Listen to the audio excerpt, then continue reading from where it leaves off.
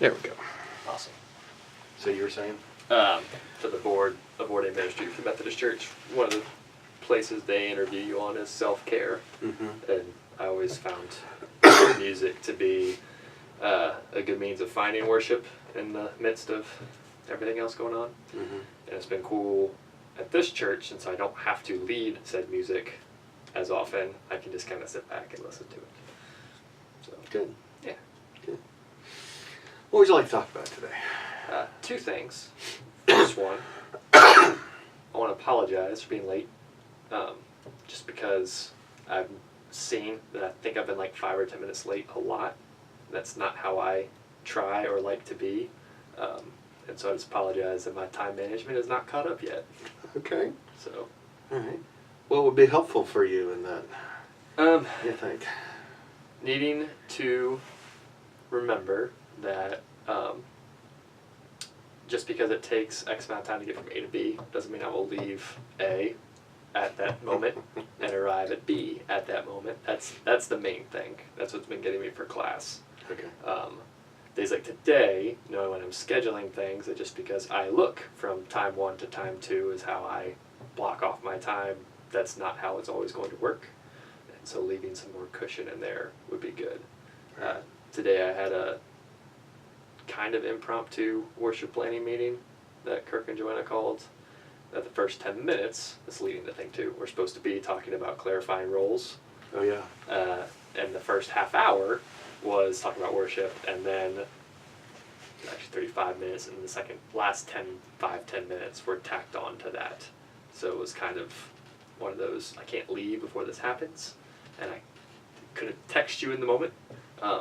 So I tried to give you a call just so that No, I appreciate that. Yeah. So I'm just sorry that that's the way it's been going so far, but I'm trying to work. All right. Well, thank you for that. Yeah. And 2? 2 was, figure we could talk about the process reflection from last week, and then I could kind of fill you in on how things have gone since then. Okay. So. Okay.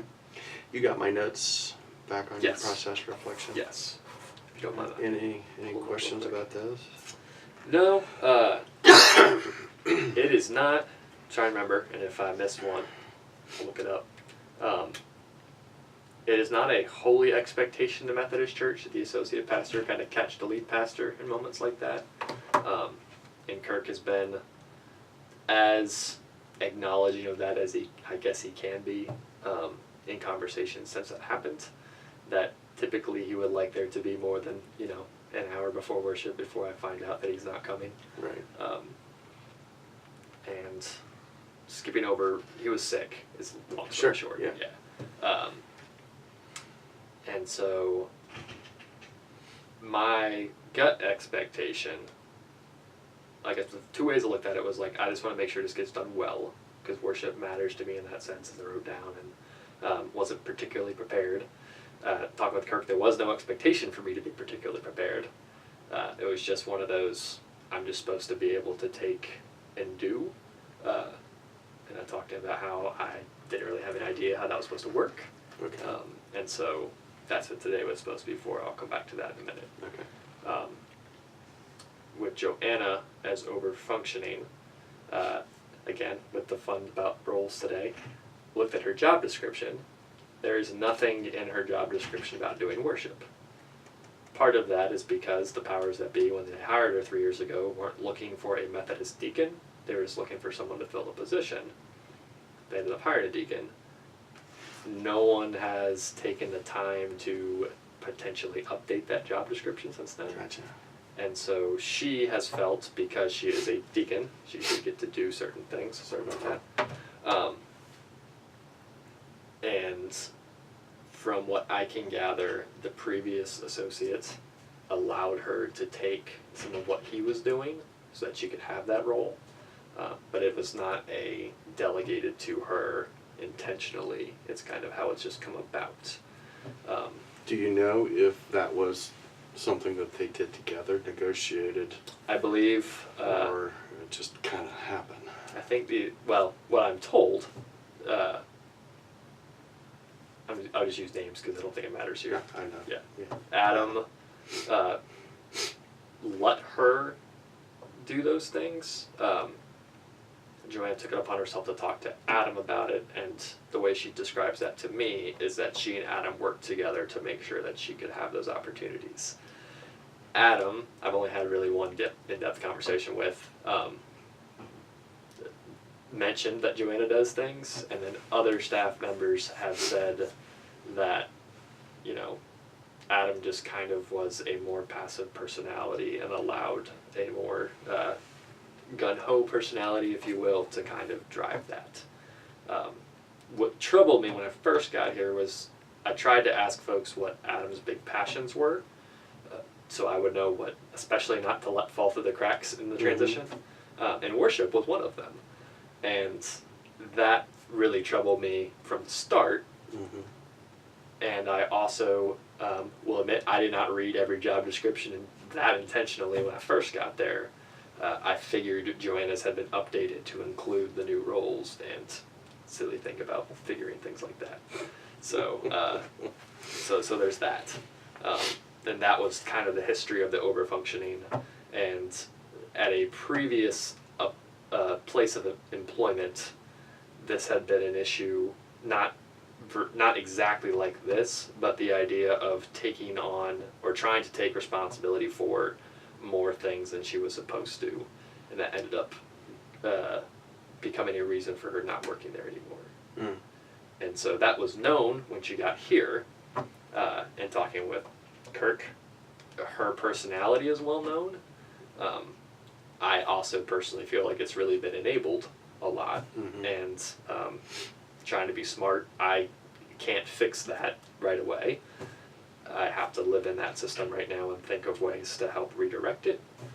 And so what I ended up doing was that next staff meeting, I apologized to the staff that I wasn't more prepared to just take the role that should have been mine, because I felt like, one, I wasn't, so there's that. But two, naming to the staff that was my role first and not Joanna's. That seemed to go over fine. Joanna reacted from a place of, well, you know, I only get to preach twice, so preach a third time is fine. I didn't really, I said, well, I still want to make this statement. And during the week we were at the conference, she apologized for, I think, how'd she say it? That I touched on an insecurity of hers and staff, and she apologized for reacting that way there. Okay. So I thought that was growth. That's some self-awareness. Yeah, Yeah, good. it's there. She can name overfunctioning in other people, so that's funny. And so that led into today. I met with Kirk on Tuesday, I think it was. This week's just blending together. And it tossed out there. I was like, has anyone looked at Joanna's job description? And that was where I found out, well, no, we weren't sure we were hiring deacons, so that's where it is. And I was like, maybe it could get updated. Maybe. And it kept going. And so I don't think that's really a high priority at the moment. Also found out that my job description doesn't have a whole lot to say about worship. And so if you look at my job description, I wasn't that unprepared, because there was no expectation for me to be prepared. And so that's kind of fun. My expectation for that I put on myself is just my role as clergy there. But it seems like the goal is to have our staff job descriptions be what defines us more so than our conference roles. Okay. Unless they don't. If that makes sense. Okay, I'm Whether trying it to makes get my sense head around that. functionally, so to fill in a little bit for Methodist World, clergy or pastors are word, service, order, and table. Right. And so we're the ones that can do sacraments, Right. Do the order of the church, word and service. We share with deacons. Okay. Then they are compassion and justice. And they don't itinerate. And that's the trade-off is they don't do sacraments because they don't itinerate. Because otherwise many people would want to be deacons, because then they could do the fun stuff and not give in to the sacrificial part. So they say. And so Joanna has taken upon herself to gain some of those roles as a deacon, which I want to empower because she is a deacon, and I want to respect that part of our connectional system. Right. What I don't want to empower is one that means she's already taken more than she was supposed to and is looking to take more on top of that by these suggestions of, well, I'm going to talk to the DS and see what they say, or I'm going which, while that's technically a chain of command and a triangulation that makes sense, the history of talking to me to do things so that Kirk is okay with it, I'm not comfortable with. And I haven't said that explicitly yet, because a lot of what she wants to talk to me about are stuff that we do share. We share evangelism in a sense of she does missions and outreach, and I'm out in the community, and so therefore we're out there together. But it was, that was what I wanted clarification on, and the meeting today turned into Sean is my first contact because he's young and is the pastor role and needs to learn to do things he doesn't want to do. And that was at 1:35, and so I'm like, And this is between you and Kirk? This was in front of Joanna. And in front of Joanna? Yeah. Okay. And Was the rest of staff there? No, this was the Okay. three of us, thankfully. All right. And then that I am evangelism and Joanna is missions, and sometimes we'll share that. And I felt like that, I felt manipulated when I left, is the best word I can think of. Because it was Kirk able to use me to play off why he wants to do things a certain way without naming explicitly why he wants to do it that way. It works for our current 3 group, but if you bring in an older pastor in my spot, that's not going to work anymore. And it did nothing to name Joanna as deacon versus Joanna as missions and minister. Which again, I care. It doesn't matter which one we pick. I just want it to be clear and known, and I don't feel like that happened at all today. And so, Okay. So, help me understand how staff meetings function there, and who gets to make those delineations? Is that purely on Kirk? Kirk, and then Methodist Church has SPR, Staff Parish Relations, Okay. basically HR. Yeah.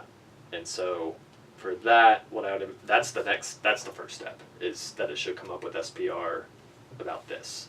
I forget if church council is involved or not.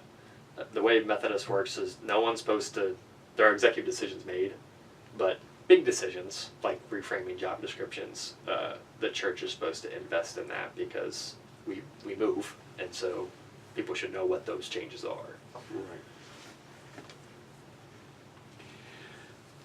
Well, I guess I'm wondering how you feel like you can contribute to those decisions being made. Yeah. The first one was bring up to Kirk, Yeah. and while he may be pondering it, I don't think he is spending too much time pondering that. The next step that I can think of, and to me, it's part of it's triangulating, but part of it's not, would be to ask Joanna if she's ever offered to update her job description, because she's consistently week to week doing things that aren't in there, and was going to go in the name of leaving the campground better for the next person, to have the deacon parts put in there, because when she leaves, whenever that is, the next person's also a deacon, it would be good to already have that named. And then the part that I may not say out loud is, in that way you also can't just keep adding things to that, because we've had this conversation and we've updated this. And if she were to not want to do that, that would be a bigger red flag to me, because I feel like people would realize, I feel like there would be fear of people realizing just how much she has changed. But I've not had that conversation with her yet. Okay. Are you able to offer update suggestions to your job description? I could. I hadn't thought to do that part. It's in there that I administer the sacraments and that I help with weddings and funerals, which is, acknowledges that I'm an elder or provisional elder.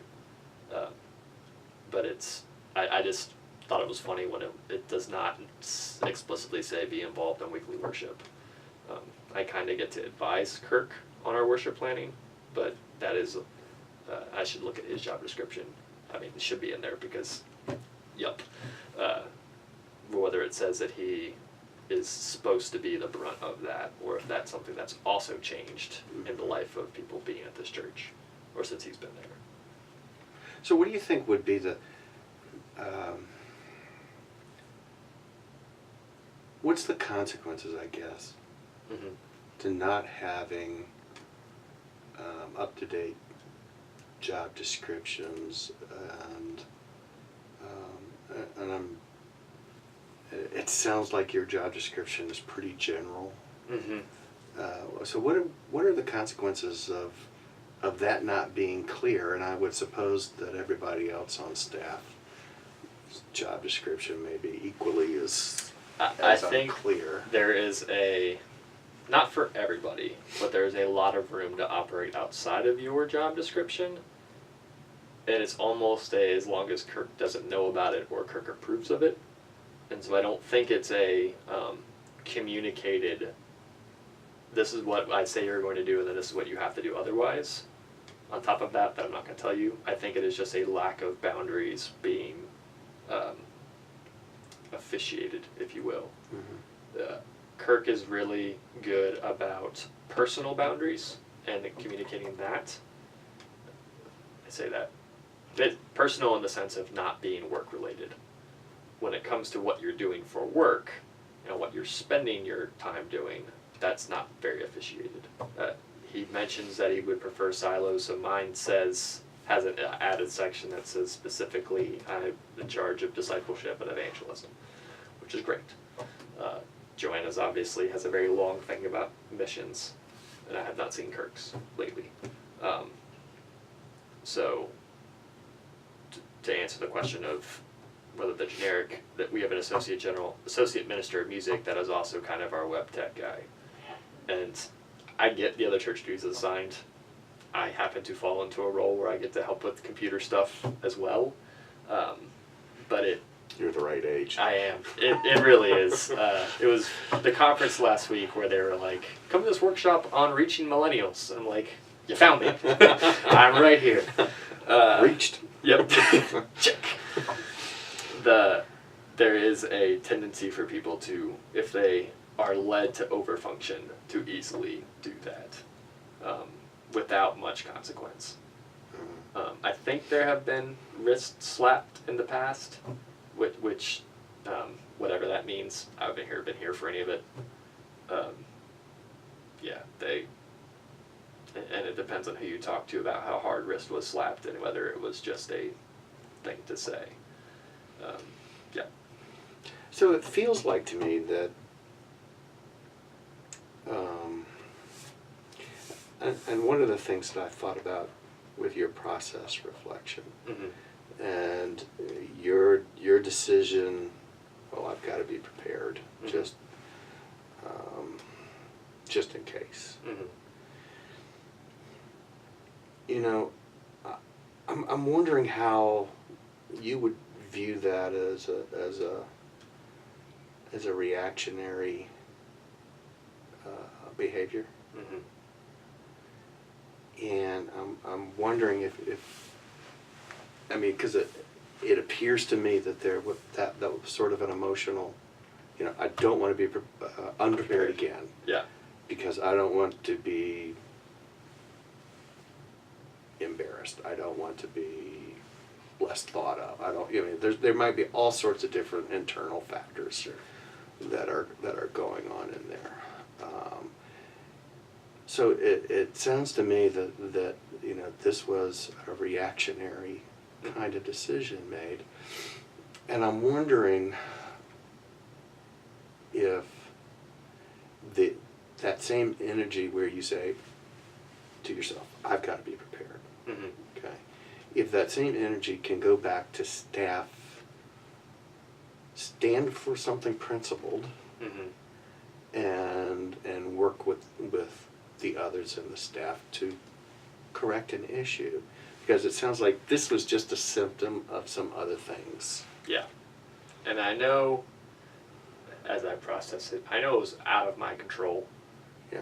And I know, and I feel confident I did the right thing. what troubles me is, can you do the right thing and it still be wrong in a certain dynamic? And I guess that's an ethical question that we could probably talk about forever. So the drive to be prepared, I was a little embarrassed. I was annoyed at myself. And again, going back to what I talked about when I first got here, I don't like feeling, I don't like knowing that I am not coming across like I care about things. And so I feel like if I'm late to something, it communicates that I don't care as much about it. And I know that's not true, and it still happens. I cared about worship, and I cared about preaching, and it felt like,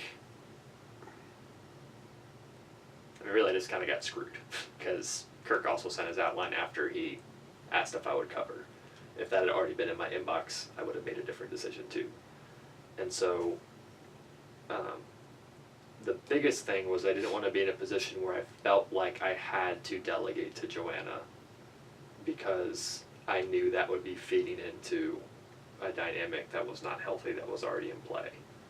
And then I felt kind of clipped into, I need to do this if I am being honest about where I am prepared right now, and to sharing leadership the way it's supposed to be shared, that it makes more sense for me to get everything else ready and Joanna to preach than it does for me to try to do all of those things. And so that part I'm like proud of. But then I'm annoyed because what drove that part of whether I took 5 more minutes to think about it was I just knew I wasn't prepared, so I just have to give this up. Versus Joanna hasn't been here for part of the series for a while. Is she really the best person to do this right now? But yeah. So if you go back and think about that Sunday morning and the rest of Sunday, and diagram to me, if you could, where you thought your anxiety was high, and where you felt like you were making decisions that were at least partially influenced By the anxiety. So, realizing I got the phone call, walking to my car, Yeah. anxiety went up. This is going to be fun. Calling Joanna and just making the decision, my anxiety went down. Okay. Calling Kirk, which is really calling Kirk's wife because he was sick, and her saying, yep, like, thanks for taking care of this. Kirk's going to send this email to you with his outline. Anxiety went back up because I felt and was correct in there was an expectation that I would preach from Kirk, which he has since said he is not upset about anyway, or doesn't see a problem that I let Joanna do it, but he was surprised. And I guess that communicated that I didn't want to do it based on what he said today. And so the anxiety went back up, and I started second guessing the original decision and my motivation for making that decision. And I'm not sure if this is like an accurate thing, but I feel like the anxiety caused me to doubt what I believed to be the best decision at the time. And so went down a little bit when I got to church and was telling myself, like, I've made this decision, this is where we're at, we're just going to do it. And then going in and letting one of the staff members know, who is one of the longer tenured folks there and who has a history of not exactly enjoying Joanna's company. His reaction made my anxiety go back up, and then I think it peaked during the first 30 seconds of her sermon at 8:30, when it was like, this is exactly what I didn't want to happen. And from there, if knowing myself, I shut down as much as I could, because I just needed that to go away. And that led to frustration, because I felt like I just absorbed a big hit for everybody. And while I know that like, my goal was that folks would come to worship and be fine and like have a worshipful experience, and that happened. And so I'm thankful for that. Give credit to God for all of that. I just felt like I expended all of myself to do that, and that led to anxiety throughout the afternoon. Katie got to hear a good bit of it, Right. Which left me feeling like at least I was processing it correctly, but just stuck with what happened. Does that make sense? Mm-hmm. Yeah. Mm-hmm. That does make sense. So, reflecting back on how you processed that anxiety in the moment, Mm-hmm. or didn't process it in the moment, Mm-hmm.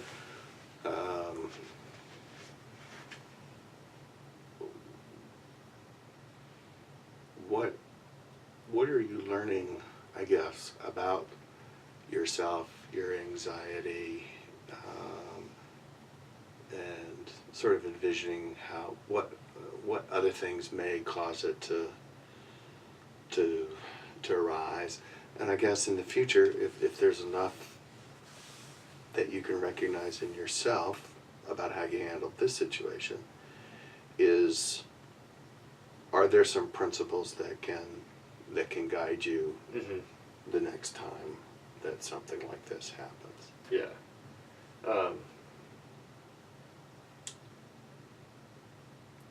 It's funny how often we say we're too busy to do something, but stopping to pray would have been a very appropriate thing to do. That doing the math in my head of time we had, did not feel like I had time to do. I felt calm about the initial decision, and then the second guessing came after that, because I realized, like, sometimes, we have to just make decisions, and I know that's going to be a thing about being a leader and about being a pastor, and I like to think that God's involved up there somewhere when that's happening, but being more intentional about, even if it's just 2 minutes, like 2 minutes is not going to make or break anything. 2 minutes to say, to kind of do a centering prayer. I think that was also one of the ones I added since then, and can still work on living into. But that would be the first one. I could have also been more clear about what have you done to prepare for this versus do you feel prepared, because that kind of gives a more what's the word, like factual guide to whether someone is prepared or not to do something, and would really contribute more to making the best decision. Because it may have come out that Joanna was still the person that should preach, but I didn't like how we got to the decision, and that's what I told her while we were in Kansas City, which was received just fine. So those would be the two big things I think I can do better, and that comes into how I'm communicating and not letting my anxiety rush the decision-making process. Even though it feels like I'm making them quicker, it probably was only about 30 seconds difference the whole time, or 2 minutes and 30 seconds difference the whole time. So. Okay. So let's go back a minute to the idea that in your anxiety you made the decision to, next time I've just got to be prepared in case this happens again. And I'm wondering what you've done with that. I mean, specifically or in general. What have you? How's that turned into a behavior, and is it a healthy behavior? Mm-hmm. So, I read the chapter in the book last week. I had some plentiful time to read while on the plane, and that was the extra part that I did. Just wanting to know what the subject matter is. I was pretty confident that would not happen 2 weeks in a row, and then this week I preach, and so it hasn't been anything extra beyond what I would normally do. Okay. So I did. Let me see. Yeah, I read one extra chapter ahead of where we are, but that was more of I had time to read, and so I wanted to get ahead. I also happen to lead a small group on the sermon topics Sunday evenings. So up until this 2 weeks ago, the plan was to read it Sunday afternoon. Mhm. So like get through worship service, take a break, and then read it so it's fresh and go. Okay. So knowing that, it doesn't feel like that part is unhealthy.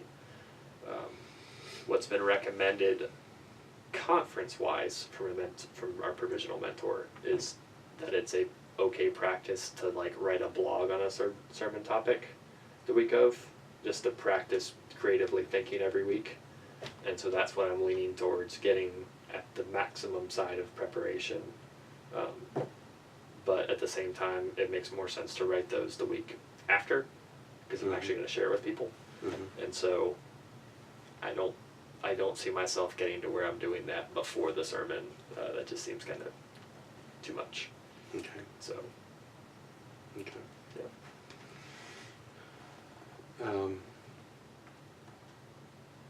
So again, I'm just curious as to, I mean, has this been a pattern that when you have felt that and experienced that something that's pretty much out of your control, Mm-hmm. by golly, there's got to be a way I can control I this in can the just run future. my head into the wall faster, and then it'll be okay. Yeah. Closest that I can think of right now, in recent years, was when I found out my mom almost went bankrupt again. And I was like, I have to check weekly. I have to come up with a budget. I have to do that.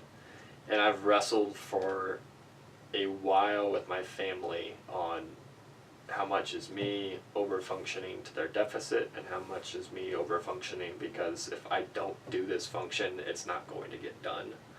And I have made efforts in the past of equipping people to do those efforts, and they just don't do them. And so there's either something wrong with my equipping or there's something wrong with the practice. But that's a struggle for me to figure out, coming from a family that communicates pretty poorly. So I think if I've run the lap around the track and it's the same way it is, and I just err on like, well, I'll just take the baton and I'll just go. I'll just do the second leg. Yeah, exactly. Because why not? Oh, why not? Yeah. Then the next closest thing to that is my love-hate relationship with how much I train for races. If a race goes badly, I want to train harder the next time, and that usually just doesn't. That, I think, comes from a competitive part of my nature that sometimes shows up in work, but mostly, I think, mostly for the wanting to be excellent at what I'm doing out of respect for what I'm doing. Our Center for Clergy Training is called the Center for Clergy Excellence, and I laughed when the person who leads that was telling